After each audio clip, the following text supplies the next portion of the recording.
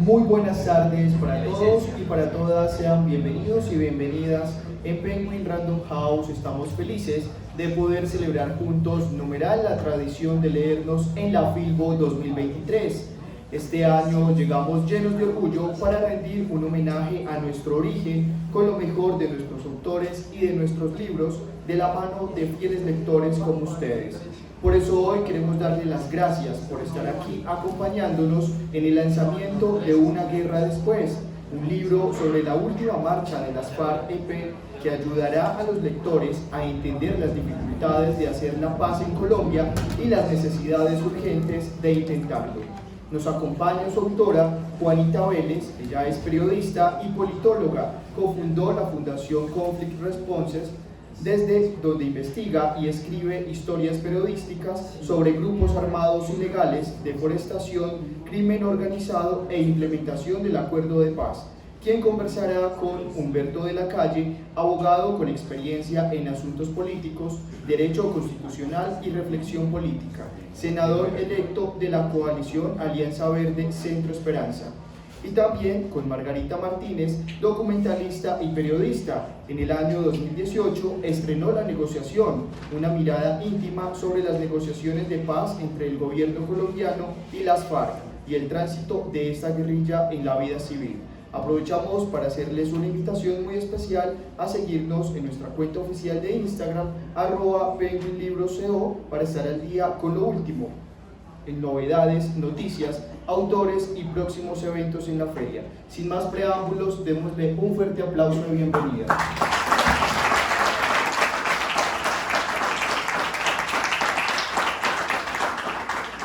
Bueno, un cordial saludo a todos, estupenda reunión esta. Yo me siento primero muy agradecido con Juanita que me haya permitido, para mí es un honor, y no lo digo por retórica, realmente poder presentar o colaborar en la presentación del libro de Juanita. El presentador dijo que yo era un abogado con experiencia en asuntos políticos, pues serán las derrotas, porque... Bueno, entonces, voy para abreviar, porque van a intervenir también otros invitados. Lo primero es, ¿quién es Juanita Vélez y qué significado tiene su tarea? Pues realmente a mí me parece sorprendente porque este es un trabajo en profundidad. Lo que ella ha hecho es recorrer el país profundo en una cosa que hasta humanamente es heroica.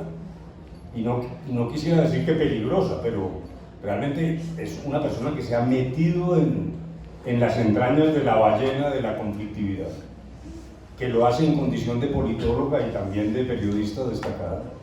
Son conocidas sus escritos en La Silla Vacía, y particularmente en La Silla Sur y todo lo que tiene que ver con determinadas regiones de Colombia. Luego, primero yo quiero llamar la atención sobre la autora y lo que significa, y además lo que ha dicho, lo ha dicho en una literatura divinamente escrita.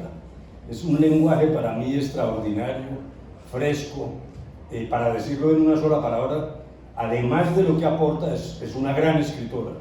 Me parece que tiene una consistencia del lenguaje y una precisión absolutamente admirables.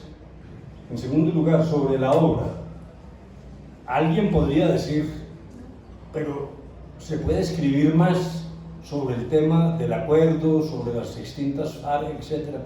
¿No está dicho todo? Y la respuesta es no, no está dicho todo, porque lo que hizo Juanita, como lo señala el título de la obra, es buscar en una especie de examen microscópico sobre todo lo que vino pasando después de la firma del acuerdo, pero no tomando en consideración las firmas en Cartagena, la ceremonia en el Teatro Colón, los que aparecen en televisión, no. Este es un trabajo que yo quiero llamar microscópico, porque lo que coge es casos específicos, va mirando el desarrollo de la vida de las personas. De tal manera que yo quiero señalar que es una obra que aporta, primero, una visión nueva, porque es esa versión que estoy llamando microscópica, pero también, pese a lo que alguien podría pensar, en el libro hay grandes revelaciones, hay cosas inéditas, incluso en mi caso, que estuve allá sentado casi 5 años, bueno, allá estaba Gerson y el coronel, yo veo cosas nuevas que yo no me había imaginado. Luego yo termino con esta pequeña introducción recomendando la lectura del libro por 1000 razones, por el profesionalismo de Juanita, pero también, repito, porque es como el capítulo que faltaba para redondear la historia del acuerdo y de lo que está pasando y de lo que puede venir, porque de este libro se desprenden también enseñanzas para el futuro inmediato. Luego yo reitero agradecerle a Juanita y pedirle a ustedes que prestemos atención a este libro y que lo leamos con cuidado, porque además se lee en 2 sentadas. El libro lo agarra uno y ya no lo quiere soltar. De tal manera que muchas gracias.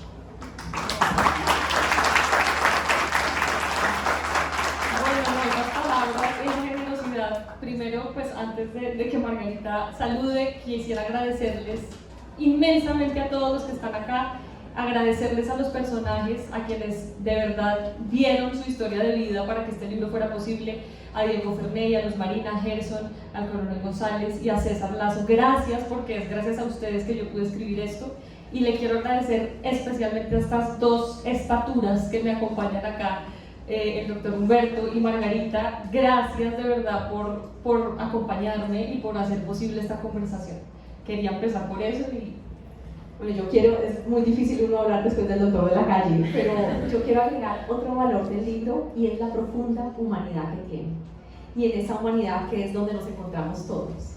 Yo después, cuando sean las preguntas, me muero por hablar con Juanita, que nos cuente a todos cómo un paramilitar de Tumaco sueña, le gustaría ser pescador, como alguien que cumple el acuerdo de paz, encontra incluso a sus propios compañeros, etcétera, etcétera. Y en cada una de esas pequeñas historias es donde tenemos la esperanza de que nos podamos encontrar y construir un país que todavía, o construir una paz que todavía nos quedó pendientes. Así que el doctor de la calle va a venir con sus preguntas. Bueno, entonces la primera pregunta que quiero formular es la siguiente. Uno de los méritos del libro de Juanita es que no se queda en la coyuntura actual, porque entonces eso se vuelve gazapera política y no es conveniente para la mirada que ella quiere tomar, que es distante del acuerdo, pero cercana a la fisiología íntima de cómo está funcionando la vida de esas personas. Pero lo que sí tiene es enseñanzas hipotéticas, al menos para el futuro. Entonces, yo quisiera preguntarle a Juanita, después de su experiencia, que además ha seguido trabajando en esto, ¿qué podría uno decir respecto, por ejemplo, de las conversaciones con el ELN y sobre todo cómo hipotéticamente se pudiera ensamblar esto? Recordemos que las FARC siempre han considerado que el ELN era el hermano menor y había cierta distancia que además en La Habana la decían sin ambajes. Dicen, no, ellos son más chiquitos y tienen complejo de hermano menor, pero yo ahora no sé qué está pasando con eso, qué es lo que ella ha captado, qué puede decirte un poco mirando el futuro respecto de esas conversaciones. Bueno, en el libro hay una escena muy particular que incluso la dice, están palabras de Carlos Antonio Lozada, ex miembro del Bloque Oriental. Él dice pues que esas salvedades de la mesa de negociación con las FARC podrían retomarse en una eventual conversación con el ELN, y yo creo que ese podría ser como un punto de partida, y es que en algún sentido las FARC sabían que el grueso, o pues que no toda la agenda que negociaron con usted a la cabeza, pues iba a poderse ejecutar. Y había, pese a esa imagen del hermano menor, fíjese, había la paradoja de igual vamos a tener que negociar esto, o negóciese con la mesa con el ELN. Yo creo que las FARC era consciente de que se desarmaba en un conflicto activo, que iba a haber otros grupos armados activos y que eso iba a implicar un desafío para ellas, de manera que me parece que parte de lo que esto le habla al ELN es cómo los procesos al final terminan de alguna manera siendo complementarios, y el libro pues creo que es como un espejo que muestra qué podemos aprender y qué no también de los procesos de paz y de avanzar en esas como salidas negociadas a los conflictos. Bueno, yo quiero preguntar a Juanita sobre las expectativas de cada uno, porque una de las cosas que aprendemos en el libro es que cada uno, en cada zapatos donde está parado, tiene unas expectativas tan diferentes, y pensando en las negociaciones que están ocurriendo, que se nos vienen, está este paramilitar en Tumaco diciendo yo ojalá hubiera sido pescador, Iván Mordisco, las ETCRs, que si se van o no se van a la disidencia, etc. Yo quería que nos hablaras como eso de las expectativas y no conocer las expectativas del otro cuando se negocia, y que tú sí pudiste llegar como al corazón de todos ellos, y que encontraste en eso. Bueno, pues para mí fue sorprendente encontrar que hoy, por ejemplo, en muchos de los personajes hay una, pese a la dificultad de lo que vivieron, o sea, pese a la guerra, pese a, en el caso, por ejemplo, del coronel González, pues combatir durante años a esta gente, a las FARC, en el caso de César, vivir 13 años con cadenas, ¿no? Pues no todos, pero varios de esos años encadenados. Y uno ver que las expectativas son cómo hacemos para tratar de reconstruir el país y ayudar desde lo que yo soy, desde lo que yo puedo hacer. Me impactó mucho que cada uno de los personajes, pese a esas vivencias tan duras, al final tienen como una expectativa de reconciliación y de querer dar el paso adelante pese a todo lo difícil que han vivido. Y eso a mí me encontró conmigo misma de una manera, pues, no sé, como muy honesta, porque al final era, estas personas hacen un paso trascendental y a veces desde las ciudades, desde los centros, digamos, urbanos, tenemos una mirada muy distante a esas regiones, muy distante a esas personas, y yo me pude encontrar, gracias a estos personajes, con que uno sí tiene que hacer un esfuerzo extra por entender su país y de esa manera entenderse más a sí mismo. Entonces, creo que eso fue como lo que saqué. Ahora que hablas de la visión urbana, dijéramos que la sabiduría convencional es: ¿qué pasó? Los sitios donde estaban las FARC, donde hacían presencia, fueron despejados tras la movilización hacia las zonas de concentración, y ahí algo falló porque entonces aparecieron paramilitares, el ELN, etc. Y dijéramos que esa sabiduría convencional se expresa básicamente en impaciencia, es una crítica. ¿Cómo es posible que el gobierno, que logra que se concentren las FARC, después permite que reaparezcan grupos, se concentren allí? Y ahí la respuesta es compleja, en mi opinión, porque claro, siempre hay una idea de decir, no, es que eso fue por desidia del gobierno de turno, pero a mí me queda una subhipótesis que me conmueve mucho, que es, ¿o será que todavía el Estado colombiano no está en capacidad real y efectiva de controlar su territorio? Y no solo el control de carácter militar, sino de la presencia integral del Estado. Pero el tema de la seguridad, dicho así, desde Bogotá es fácil. Lo que muestra Juanita es que es más complejo, porque la reacción de personas vinculadas a las FARC respecto de este fenómeno es disímil. Juanita, por ejemplo, trae el caso de la señora Leonorice Villamil, que llaman Doña Leo, que dice aquí, en una zona de dominio de los FARC, dice: aquí ganó el no, porque ellos eran los que nos daban seguridad, y si se van las FARC, llegan los drones y el ejército, y nosotros nos vamos a sentir muy inseguros. Entonces es como una especie de disonancia entre una cosa y la otra, y yo quisiera que Juanita nos contara un poco más sobre ese problema tan complejo. Sí, totalmente.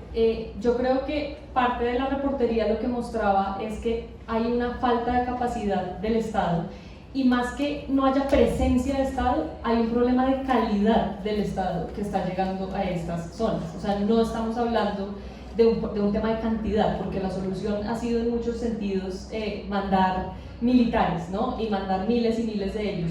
Pero creo que acá también es un problema de calidad, qué tipo de Estado está llegando. Y frente a esta anécdota que sucede en el Tolima, para mí fue muy impactante, porque ellos vivieron bajo el yugo de las FARC muchos años, y la respuesta de Doña Leo era: esto se nos va a llenar de ladronismo, es que donde aquí gane el sí, ¿quién nos presta la seguridad? Esto se va a llenar de ladronismo. Y creo que eso al final refleja algo muy impactante, y es: esta gente prefería seguir teniendo a las FARC armadas porque eran quienes le prestaban su seguridad. Si eso no nos habla como Estado central, no sé qué nos puede hablar, ¿no? Y hay otras anécdotas muy impactantes sobre ese vacío, que bueno, ahí sí ya no quiero como entrar en dañar el libro, pero me parece que usted también lo dice en un momento en el libro, y es que usted sentía que las FARC y el Estado parecían sacados de dos planetas totalmente distintos y opuestos. Y yo creo que esa también es la conversación que hay que tener, cómo encontramos estos países distintos y opuestos, porque pues siguen sin hablarse, ¿no? Siguen distanciados.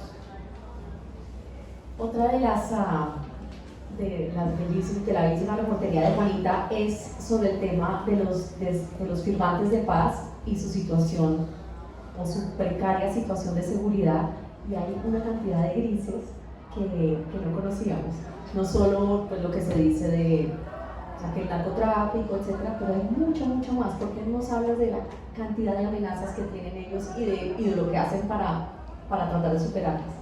Pues aprovecho que creo que Luz Marina Giraldo ya está acá, para que te vengas acá de una vez a la...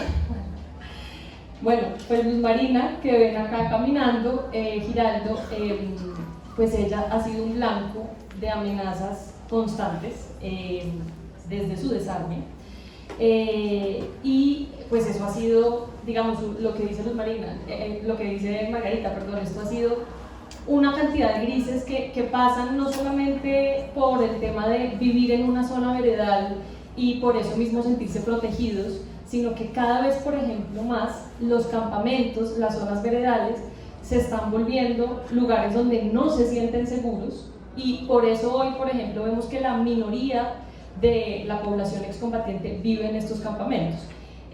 Luz Marina tuvo que salir, por ejemplo, de Villavicencio por las amenazas que tuvo, y creo que al final hay como un tema entre el pasado que está ahí al acecho, pero también la dificultad de vivir un presente en el que asumieron un compromiso, pero igual sigue eso detrás, ¿no?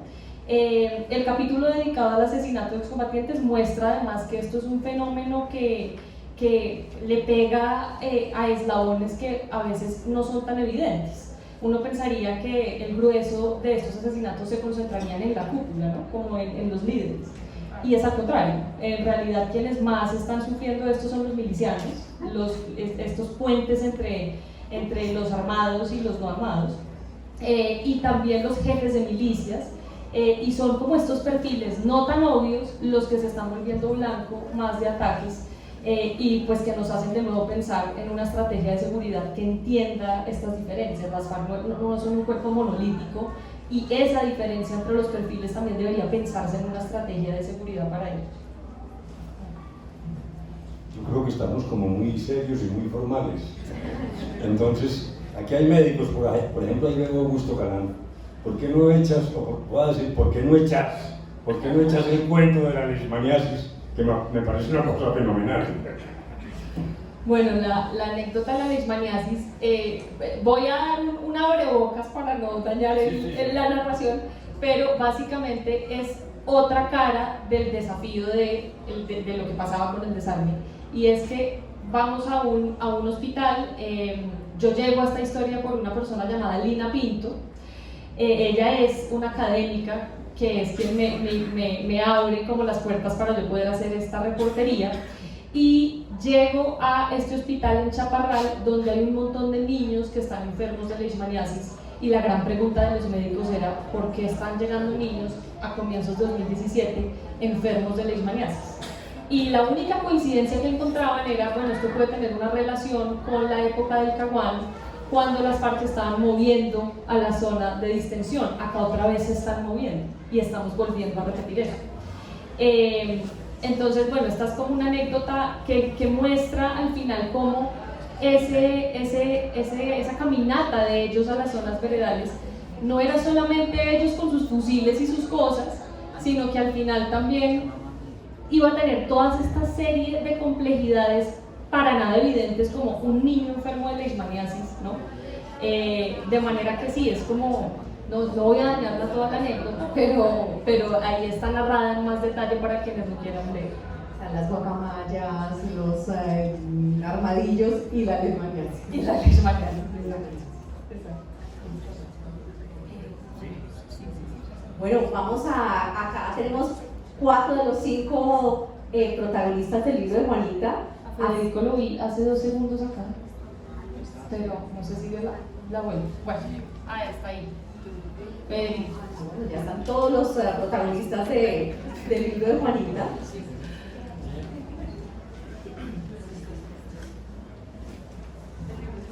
que llega Federico, porque no empezamos con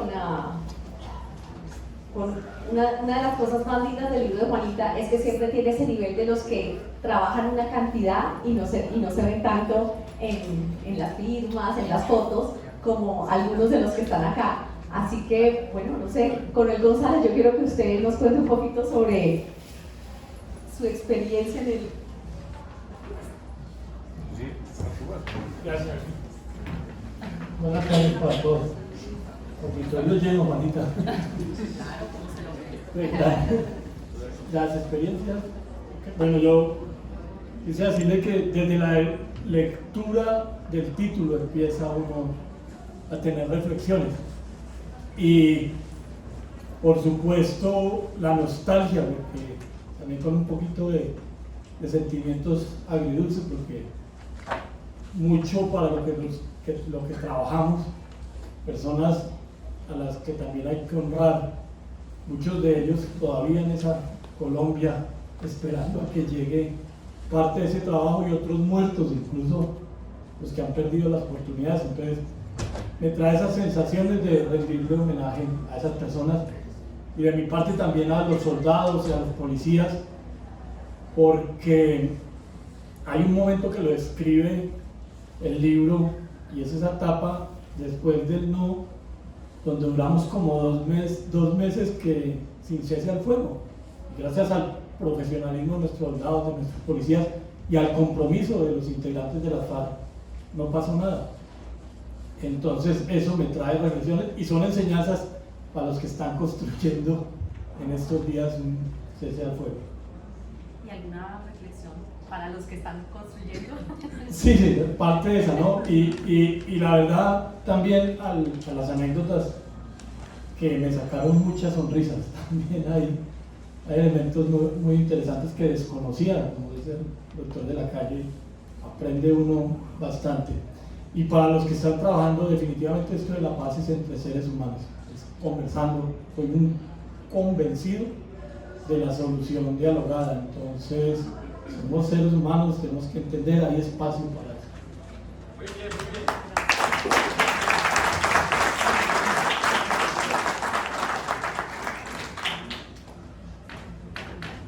Bueno, ahora el sargento en retiro, César Lazo, por favor acompáñenos con sus reflexiones, con las anécdotas, con lo que aprendió del libro de Juanita, usted que es uno de los reconciliadores estrella y una de las que más ha habido este conflicto. Me engordé después de que llegué de este puesto. Muy buenas tardes. Y sí, salón lleno. Se pone uno aquí como pálido. Gracias por la invitación y gracias por tener en cuenta la historia de vida de muchos policías y soldados que pues, de alguna manera se refleja en uno lo que todos vivimos. Me refiero a los policías, soldados que estuvimos secuestrados y muchos otros quedaron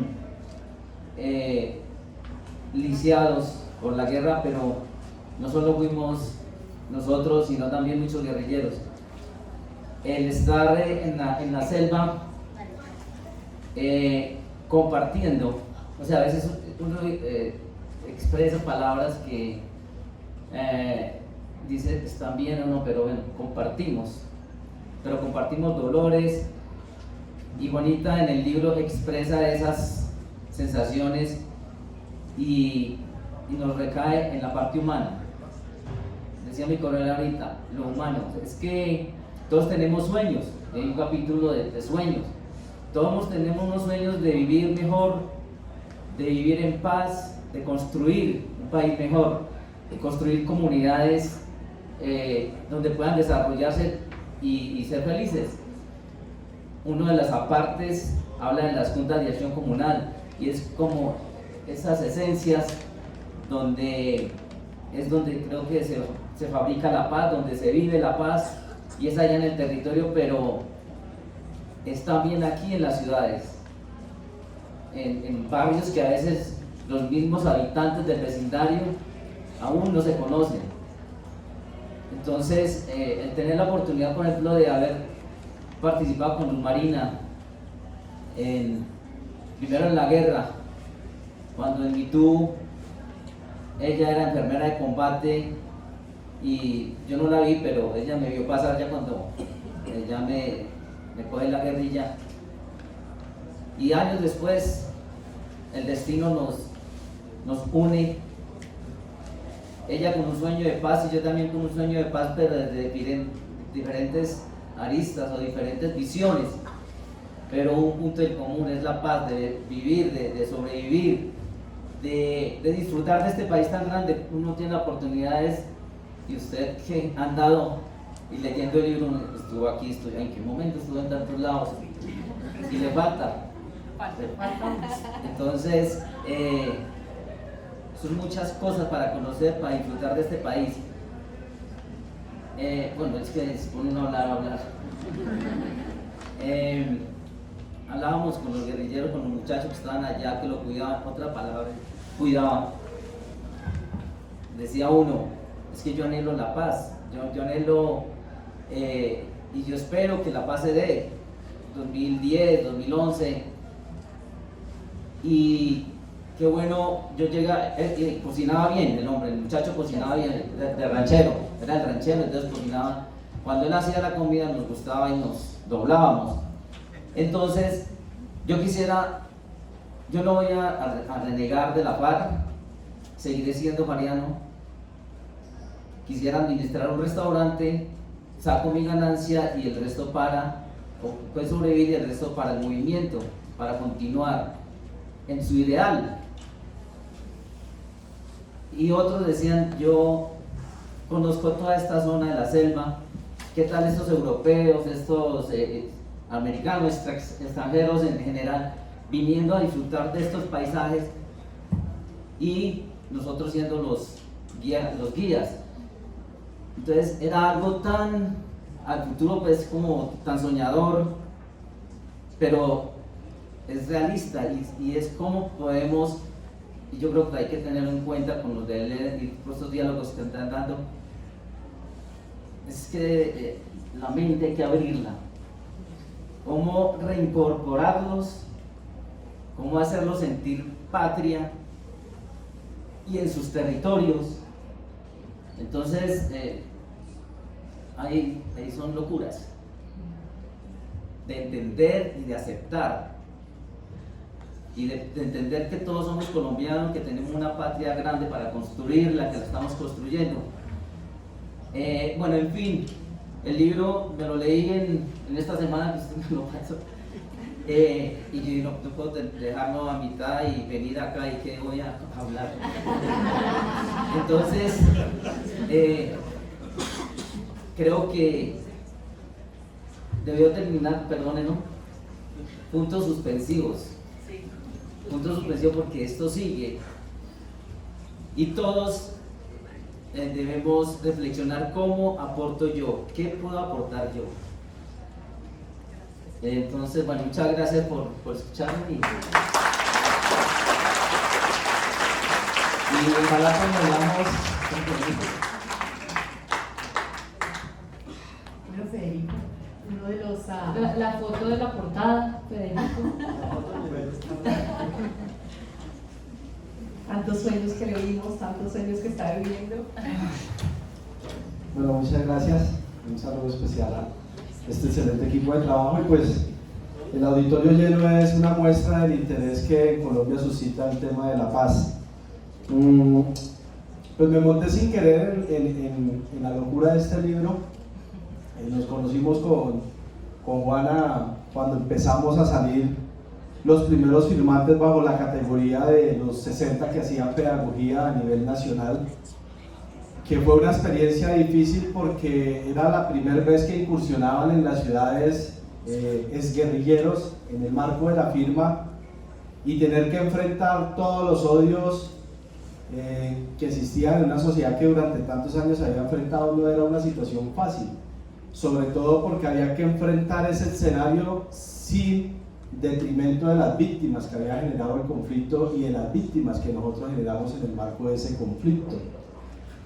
Eso hizo de que este proceso se convirtiera en una especie de montaña rusa, y cuando ustedes tienen la posibilidad de leer el libro, tanto en los testimonios de unos y de otros, pero sobre todo en el de Luz y en el mío, se van a dar cuenta como todos esos altibajos que hay en la medida que iba avanzando el tiempo. En algunos momentos nos encontramos con Juana para hablar sobre el proceso de paz en las vísperas de un San Pedro en el Huila. En otros momentos, tras las dificultades de la JED para avanzar exitosamente en su implementación. Y en algunos momentos entristecidos y marchitados por la muerte de mucha gente que ha caído en el camino. Algunos que para nosotros han sido muy dolorosos. Por ejemplo, en algún momento hablamos con Juana después del asesinato de Ramiro en el Huila, que es un compañero con el que yo llevaba 25 años andando desde cuando estábamos en el colegio y desafortunadamente apostándole a construir paz fue asesinado hace menos de un año. Entonces el libro cuenta todas esas vicisitudes, pero lo interesante es que nos cuenta no solamente desde la perspectiva de Juanita en su trabajo juicioso, ni desde la perspectiva mía, ni de Luz, sino que en esa línea del tiempo en que se va moviendo, va mezclando los relatos de cada uno de los protagonistas que hoy podemos confluir acá. Y de él pueden salir muchas reflexiones. Primero, que construir la paz en Colombia no es el camino armónico que muchos desearíamos, es un camino que exige mucho esfuerzo. Hoy completamos 377 firmantes, hombres y mujeres que han sido asesinados desde el momento en que se pactó el Acuerdo de La Habana. Pero a pesar de eso tenemos aún a más del 95% del personal firmante comprometido con la implementación del Acuerdo de Paz, y a una sociedad que cada vez es más receptiva, que cada vez está más ligada, y sobre todo tenemos un deber y un compromiso con la historia, y es cómo hacemos de esta experiencia una experiencia palpable, contemporánea, que sirva para fortalecer ese concepto de paz total en la que se ha empeñado el actual gobierno, y que lo que logremos en materia de implementación del Acuerdo de Paz sirva para sentar las bases y las condiciones para avanzar en la construcción de paz total con todos los actores armados, que es lo que deseamos como familia colombiana. Entonces, bienvenido a este libro, gracias a Juana por dejarme ser parte de este proceso, y muchas gracias a ustedes por poder compartir este espacio.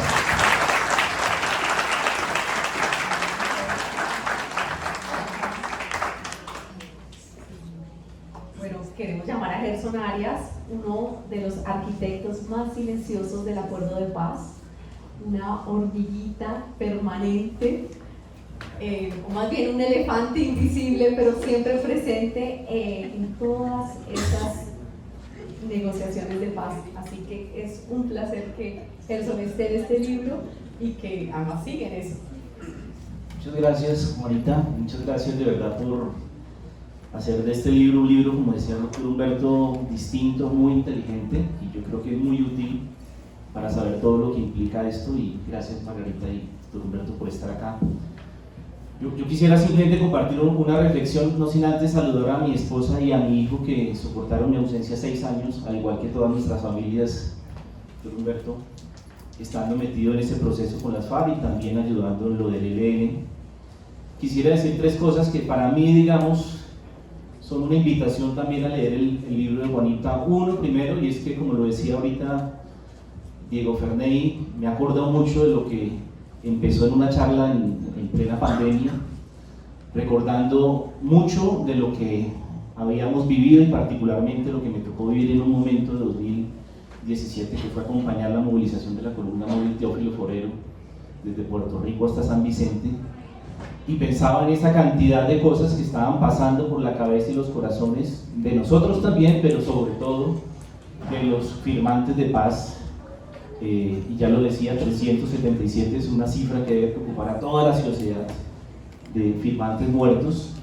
Y el primer mensaje es decirles que un proceso de paz requiere método, requiere planeación, pero requiere también humanidad y requiere también mucho sentido de pertenencia con lo que estamos haciendo, y eso lo viví. Yo quiero resaltar el compromiso de toda la oficina del comisionado de paz, del liderazgo de Don Humberto, del liderazgo de Sergio Jaramillo, y también del compromiso de los firmantes, porque eso no hubiera sido posible sin eso. Y quiero decirles que cuando nos embarcamos en un escenario de la paz total con tantos grupos, hay que volver a releer este libro, Juanita, para descubrir que necesitamos mucho método, mucha planeación.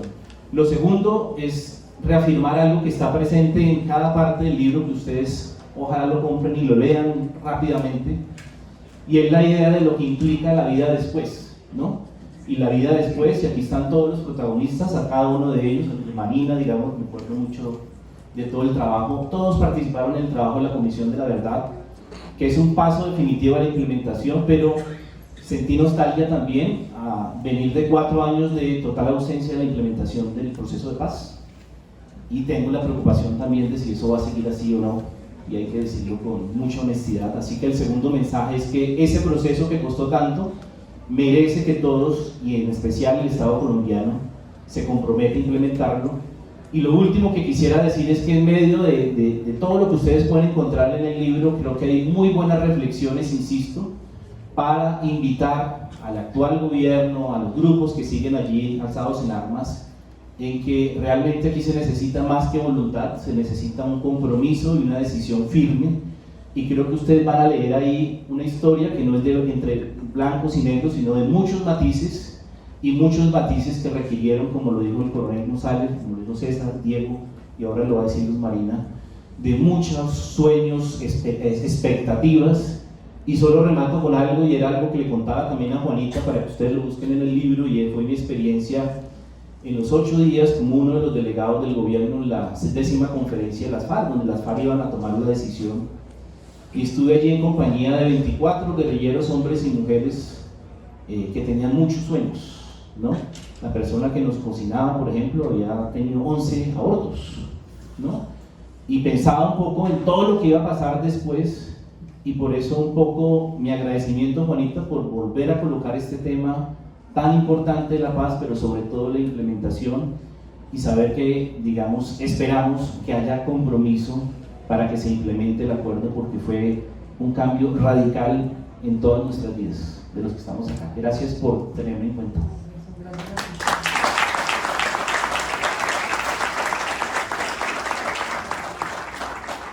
Cerramos con la quinta protagonista del libro de Juanita Marina, que verán en el libro el compromiso de ella con la paz, a pesar de circunstancias que casi que a cualquiera le Deberían volver.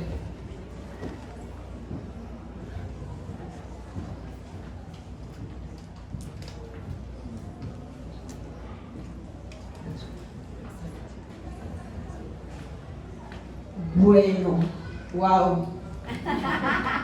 Tenemos oyentes, tenemos público. Bueno, muchísimas gracias, Juanita, por hacerme parte de esto. Me siento honrada. Hago parte de ese 34% de mujeres que firmamos el acuerdo de paz, y de las cuales creo que la mayoría estamos aún comprometidas cumpliéndole al acuerdo.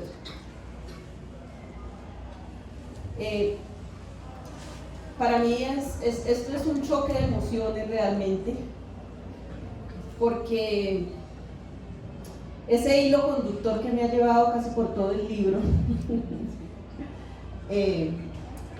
me une con tantas historias y tantas personas importantes y que ya no están. Recuerdo que cuando nos conocimos con Juanita, ella había ido a entrevistarse con Albeiro, y hoy en día Albeiro no está porque fue asesinado. Un hombre que se comprometió y le cumplió a la paz, y lo asesinaron precisamente por eso, por decidir no dar un paso atrás, igual que mi esposo, igual que mi hermano, igual que están en esa lista de los 367 que han sido asesinados. Con Albeiro nos habíamos distinguido de jóvenes, con mi esposo, y pues mi hermano también hacía parte de la organización y fue asesinado hace poco. Por eso dice que a pesar de todo le sigo apostando a la paz, pero le sigo apostando, ¿saben por qué? Porque como mujer sé en primera persona lo que significa estar en la guerra. Y eso yo no se lo deseo absolutamente a nadie. Solamente Dios y yo sé lo que tuve que vivir en el conflicto. Y ahora me sustentan para seguir adelante mis hijos, mi familia, que seguramente es lo mismo que lo sustenta a ustedes cuando piensan en un país mejor, ¿cierto? Porque todos tenemos ese sueño de poderle brindar a nuestras futuras generaciones un país mejor. Es eso lo que nos debe mover cada día, porque no se vale que estos niños que están aquí, sus sueños sean rotos. No se vale que los niños que están en el vientre de sus madres nazcan en un país en violencia. Y nosotros como partido nos pusimos a disposición del gobierno nacional para aportar con nuestra experiencia en unos diálogos de paz, que nos ha costado sangre, y no cualquier sangre, la sangre de nuestros hermanos, de nuestros esposos, de nuestras familias. Sin embargo, como sociedad civil que somos ya, seguimos a disposición del pueblo y de quien considere que nuestra experiencia en la implementación del acuerdo de paz sirve. Igual que Federico, casi desde el día de +1 he estado trabajando en pedagogía de paz. He estado trabajando en el compromiso de la construcción de las políticas públicas que requiere el acuerdo de paz para su implementación. Y es un compromiso que nosotros adquirimos sin siquiera conocer qué era una política pública. Yo no sabía. Yo duré toda mi juventud en la guerrilla, luego llegué a la cárcel y salí de la cárcel a firmar el acuerdo de paz. Y yo no sabía que era una política pública. Pero hoy en día, y gracias al acuerdo de paz, estoy a punto de graduarme como trabajadora social.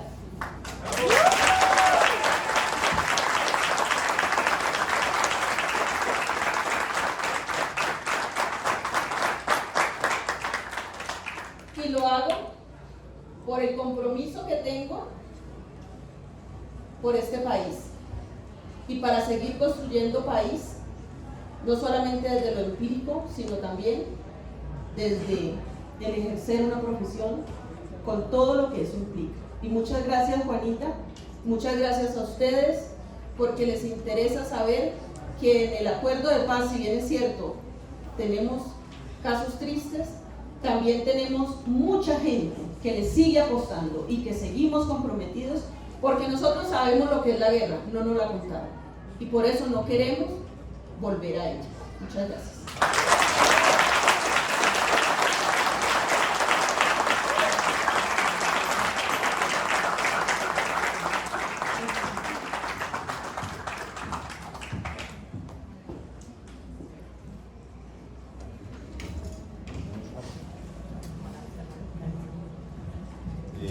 ¿Cuánto tiempo tenemos? Porque aquí parece que es... No, entonces yo tenía más preguntas para Juanita, pero tampoco quiero esculcarla mucho porque ella tiene razón en que tampoco va a comprar el libro, Más bien lo deben comprar ustedes. No, yo termino solo con lo que a mí respecta, con unas palabras que son las siguientes, oyendo lo que ha ocurrido aquí, que a mí me parece extraordinariamente emocionante.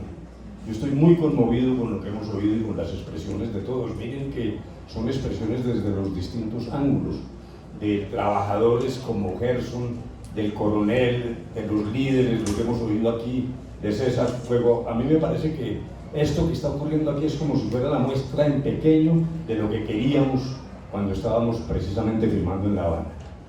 Dos o tres reflexiones. Gerson dijo una con mucha honestidad. Tuvimos los 4 años de sequía en la implementación del acuerdo. El nuevo gobierno ha señalado reiteradamente, incluso con palabras textuales, que va a cumplir el acuerdo a rajatabla. Pero la verdad, con toda honestidad, es que hay unos síntomas que debilitan esa retórica. Hay unos problemas presupuestales, unos problemas organizacionales. Vamos a entender que era, dijéramos, el arranque de un gobierno nuevo y que tenemos la esperanza de que todo esto se corrija. Hay normas en el plan de desarrollo, hemos logrado corregir presupuestalmente algunas cosas, pero el problema de fondo es otro. un país no puede soportar lo que está ocurriendo cuando más de 300 firmantes del acuerdo han sido asesinados. Y no puede ser un Estado tan impotente que no sea capaz de proteger a quienes dieron ese paso, que es dramático. Lo que hemos oído aquí, personas que sabían que podían ser perseguidas, que se jugaron la vida. En La Habana se estableció un mecanismo robusto de protección para los firmantes, pero realmente no ha funcionado. Hay mil razones. Yo no voy a decir que esto sea solo o exclusivamente omisión del gobierno. Hay unos problemas con el narcotráfico, el telón de fondo de las violencias. Este gobierno nuevo tiene pleno derecho a innovar. Yo quiero ser enfático en eso, porque se suele decir que cuando uno hace una crítica a lo que está ocurriendo, no, estos son los viudos de La Habana, los que creen que es que se la saben todas y entonces no quieren que toquen eso. No, por favor, yo entiendo, el conflicto ha cambiado entre el 2016 y hoy, hay circunstancias distintas. Y me parece que el gobierno tiene plena legitimidad de buscar caminos nuevos, la llamada paz total, las conversaciones con el ELN. Pero eso no puede hacerse, dijéramos, en desmedro, así sea solo simbólico, de lo que ocurrió en las conversaciones de La Habana. A mí yo sí quisiera hacerle un llamado al gobierno, no solo en las cifras y en la organización, sino también en el talante. Tenemos que recuperar el vigor inicial. Incluso cuando perdimos el plebiscito, se volcaron a la calle jóvenes, gente de mil proveniencias en defensa de este camino que yo creo que es el camino para Colombia. No podemos desistir. Entonces mi llamado es ese, más allá, repito, de las cifras. No podemos seguir soportando la situación que se está presentando frente a los líderes sociales y a los firmantes del acuerdo. Y además la mención a cómo una mujer siente la guerra me permite en un minutico decir lo siguiente, porque sé que el tiempo se está agotando. Una de las innovaciones en La Habana fue el enfoque de género. Nosotros habíamos pactado ya algunos puntos cuando surge la pregunta, pero ¿qué pasa con el tema de género? La mujer colombiana ha sido la más victimizada. Lo fue como esposa, como madre, como hija. Y lo que reconoce el enfoque de género en el acuerdo, que se revisó todo con ese enfoque que tuvo resonancia mundial. Allá nos visitaban permanentemente delegaciones para ver en qué consistía, y todo se resuelve en algo más sencillo. Es la mayor victimización de las mujeres, exige una priorización distinta atendiendo esa circunstancia desgraciada. Desafortunadamente, de manera muy maliciosa, opositores del acuerdo dijeron: no, eso no hay tal enfoque de género, eso se llama ideología de género, esos tipos en La Habana lo que están es destruyendo la familia, son unos malvados. Hay un video, es que cuando yo cuento esto en escenarios internacionales no me creen. Hay un video de uno de esos opositores que dice: no, es que de La Habana nos viene un rayo homosexualizador. A mí realmente hoy me parece francamente un chiste, pero no, eso hizo daño, y eso hizo daño maliciosamente. Pero yo ya no quiero mirar el pasado, lo que quiero es que se rindan cuentas hacia el futuro, porque además de haber perturbado la adopción por parte de los colombianos del acuerdo, se generó un bache en el reconocimiento progresivo de los derechos de las mujeres en Colombia. Esos señores que se inventaron ese infundio, lo que tienen es que responderle a las mujeres, por fuera de las FARC, por fuera de comunes, por fuera del acuerdo, porque se generó un golpe en un proceso inatajable, que es el reconocimiento de los derechos de las mujeres y de las personas diversas en Colombia. Eso lo tenemos que recuperar, pase lo que pase con el acuerdo. Felicitaciones, Juanita, muy gracias.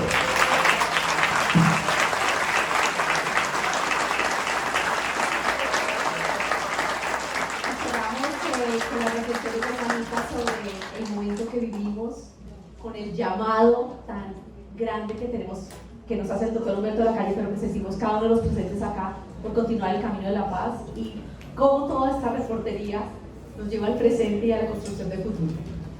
Bueno, no, yo no puedo estar más feliz hoy, no me puedo sentir más llena de ver esta primera fila, porque ustedes 5 son el resultado de años de trabajo, y yo les quiero volver a agradecer por todo lo que me dieron, por la sinceridad, por la honestidad, por permitirme contar la historia de ustedes, quiero volver a agradecerle a Humberto y a Margarita por esto. Yo siento que esto es como una especie de sueño. Estoy muy feliz porque al final creo que acá en este auditorio hay como un microcosmos de país, y encontrarnos ahí y ver nuestras diferencias y tratar de tender puentes es lo que trató de hacer el acuerdo de paz, es lo que trata de hacer mi libro, y es lo que al final espero que logremos con otros procesos.